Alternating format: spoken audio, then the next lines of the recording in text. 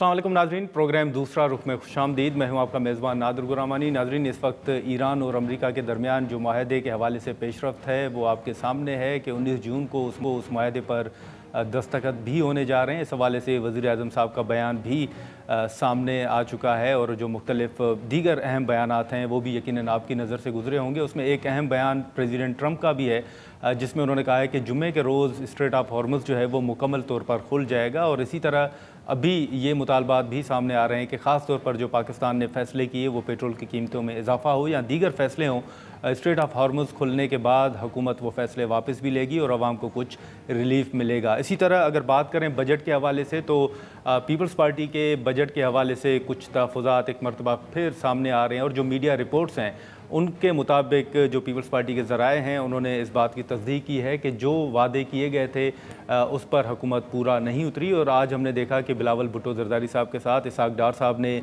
उनके चैम्बर में मुलाकात भी की है।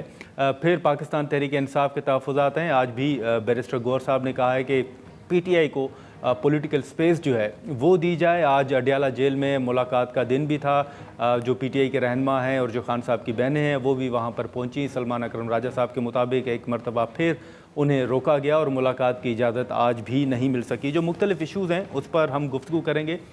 शर्मिला फ़ारूकी साहिबा और सलीम झगड़ा साहब इस वक्त हमारे साथ मौजूद हैं। शर्मिला साहिबा आपका, झगड़ा साहब आपका बहुत शुक्रिया, आपने वक्त निकाला। शर्मिला साहिबा आपसे गुफ्तगू का आगाज़ करेंगे। ये जो मीडिया रिपोर्ट्स आ रही हैं जिसमें पीपल्स पार्टी को कोट करके कहा जा रहा है कि हुकूमत ने आप लोगों के साथ जो वादे किए थे ख़ास तौर पर बजट के हवाले से उस पर हुकूमत पूरा नहीं उतरी और आज डार साहब ने मुलाकात भी की है बिलावल साहब के साथ।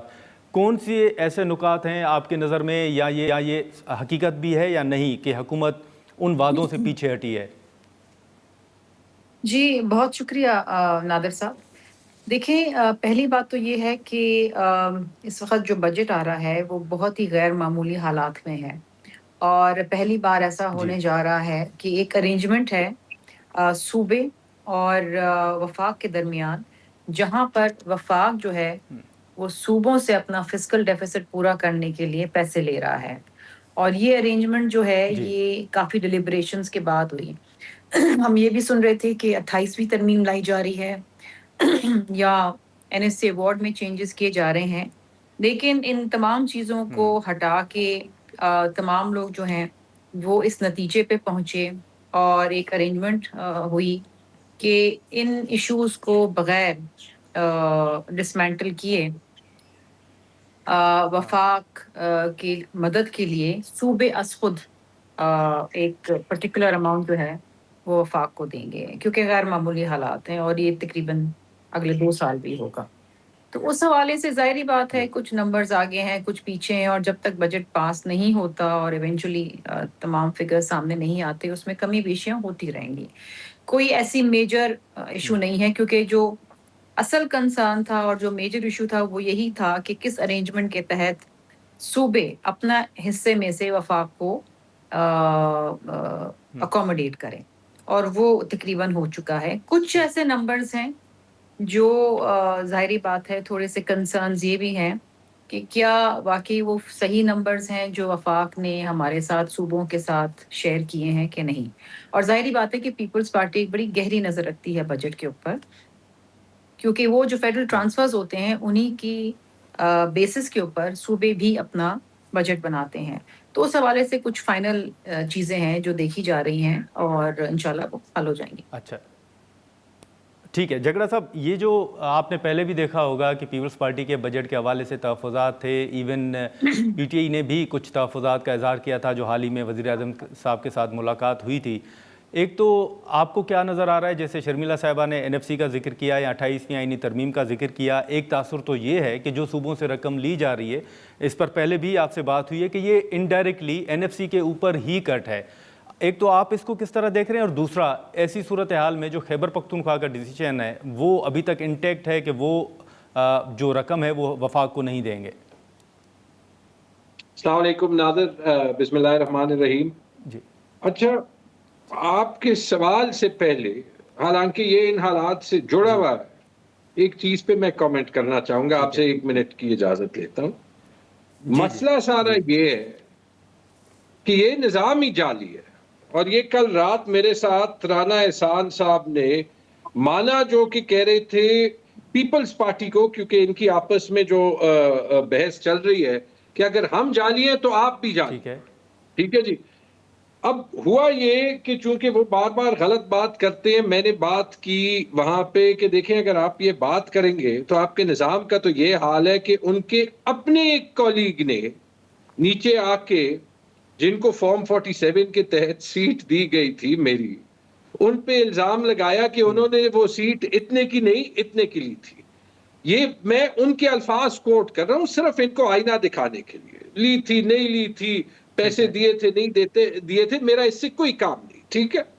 مزے کی بات یہ ہے کہ آج ان موصوف نے جو ڈکلیئرڈ ایم پی ہیں، انہوں نے 2-3 باتیں اور بھی کی ہے کہ جھگڑا صاحب کو اپنے پارٹی والے بھی نہیں پسند کرتے. میں نارملی ان کا کبھی جواب نہیں دیتا، لیکن انہوں نے بات کی ہے، یہ میں پڑھ لوں گا کہ انہوں نے کہا ہے کہ مجھے چیلنج ہے کہ جہاں کہ اگر میں یہ ثابت کر لوں کہیں بھی کہ اس سیٹ پہ ریگنگ ہوئی ہے تو وہ استعفیٰ دے دیں گے. تو اس کا میں ذرا جواب دینا چاہتا ہوں.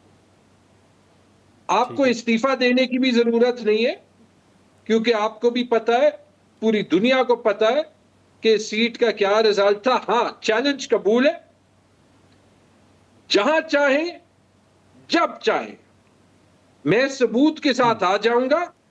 اب چیلنج سے بیک آف نہیں کرنا. میں نے تجویز بھی دی ہے اسمبلی میں، اسپیکر اسمبلی ان کے اچھے دوست ہیں، وہ سیٹ کریں یہ سٹنگ، میں آ جاؤں گا، ساری میڈیا آ جائے، جس نے آنا ہے آ جائے، وہ دیکھ لیں، یہ صرف ایکسپلین کر دیں جو ثبوت میں لاؤں گا. تو چیلنج ایکسیپٹڈ. اب دیکھتے ہیں کہ یہ پی ایم ایل این والے اس چیلنج سے پیچھے ہٹتے ہیں یا نہیں. اور وہ ہے اس لیے بات شروع ہی یہاں سے ہوئی کہ ٹی وی پہ کل کے شو پہ سٹیٹمنٹ دکھائی بلاول صاحب کی کہ وہ کہہ رہے تھے کہ آپ نے وہی کام کرنا ہے، وہی حکومت بنانی ہے جو آپ نے لاہور میں بنائی ہے. تو ایک تو یہ بات جو ہے وہ کلیئر ہو گئی. اب آپ سوال پہ آئیں.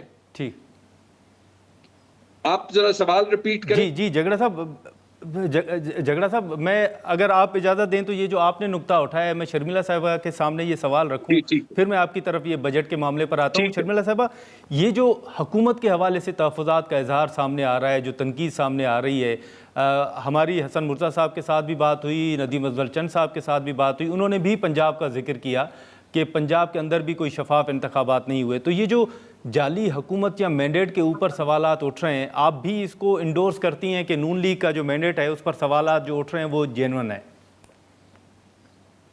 دیکھیں نادر صاحب، میں اس وقت کوئی ایسی گفتگو نہیں کروں گی کیونکہ ہم ایک کولیشن کے اندر ہیں، اور اس میں بھی کوئی دو رائے نہیں ہے کہ اس جو الیکشنز کے حوالے سے جب بھی گفتگو ہوئی ہے تو ہم نے کبھی بھی یہ کلیم نہیں کیا کہ یہ 100% فری اینڈ فیئر ہوئے ہیں، بلکہ پنجاب کے اندر تو ہم نے کہا ہے، اور شاید کسی ایک وقت ایسا بھی آئے گا کہ جب اس پہ اور اگریسولی بات کرنے کی ضرورت بھی پڑے گی، کہ بہت سارے ایسے حلقے تھے جہاں پر پیپلز پارٹی جو ہے وہ جیت چکی تھی، اور کہیں نہ کہیں کوئی ارینجمنٹ ہوا یا کوئی ریگنگ ہوئی یا کچھ چیزیں ہوئیں جہاں پر ان کو فیور دیا گیا. اب ایشو یہ ہے کہ دیکھیے، فارم 45 47 کی تو باتیں ہم بالکل کرتے ہیں اور اس میں حقیقت بھی ہے. گلگت بلتستان کے اندر چیئرمین صاحب نے خاص طور پہ ووٹرز کو یہ کہا تھا کہ فارم 45 آپ نے سنبھالنا ہے، اس پہ نگرانی رکھنی ہے، فارم 47 میں لے لوں گا. اور یہی ہوا کہ گلگت بلتستان کے اندر بھی ریزلٹس روکے گئے. پہلے ری کاؤنٹنگ کی بات کی گئی اور پھر کہا کہ جی ری پولنگ ہوگی. تو بہت سارے ایسے ایشوز تھے وہاں پر، پولنگ اسٹیشنز چینج کیے گئے. Peoples Party was clearly in majority. یہ آپ کے سامنے ایک بہت ہی واضح اور صاف اور شفاف ایگزامپل ہے گلگت بلتستان کے elections, where we have serious reservations کہ وہاں کیا ہوا ہے اور کس طریقے سے ہوا ہے، اور کس طریقے سے کسی اور جماعت کو فیور کرنے کی بھرپور کوشش کی گئی اور کی جا رہی ہے. لیکن بات یہ ہے کہ مینڈیٹ آپ کب تک چراتے رہیں گے، اور اس ملک کے اندر الیکشن کمیشن کی ذمہ داری بنتی ہے کہ وہ شفاف الیکشنز کروائے تاکہ جیتنے والا اپنی جیت منا سکے اور ہارنے والا جو ہے وہ ایک ڈگنیٹی کے ساتھ اپنی ہار کو تسلیم کرے. ناظرین یہاں پر ایک مختصر سا بریک لیں گے. شرمیلا فاروقی صاحبہ اور تیمور سلیم جھگڑا صاحب ہمارے ساتھ ہیں اور بریک کے بعد ہم یہیں سے گفتگو کو آگے بڑھاتے ہیں.